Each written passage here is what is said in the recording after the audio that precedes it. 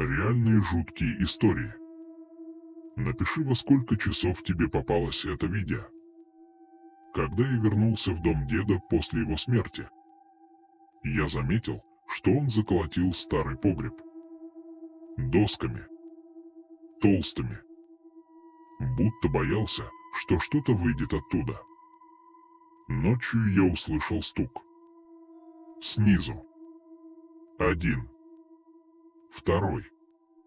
Третий. Точно по дереву, будто костяшками. Я подумал, трубы. Но стук повторился снова. И уже громче. Я присел к полу, пытаясь понять, откуда звук. И в этот момент кто-то медленно провел. Из-под досок. Длинным черным пальцем. Прямо по щели между ними. А потом раздался шепот.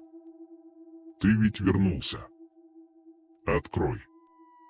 Я долго ждал тебя здесь».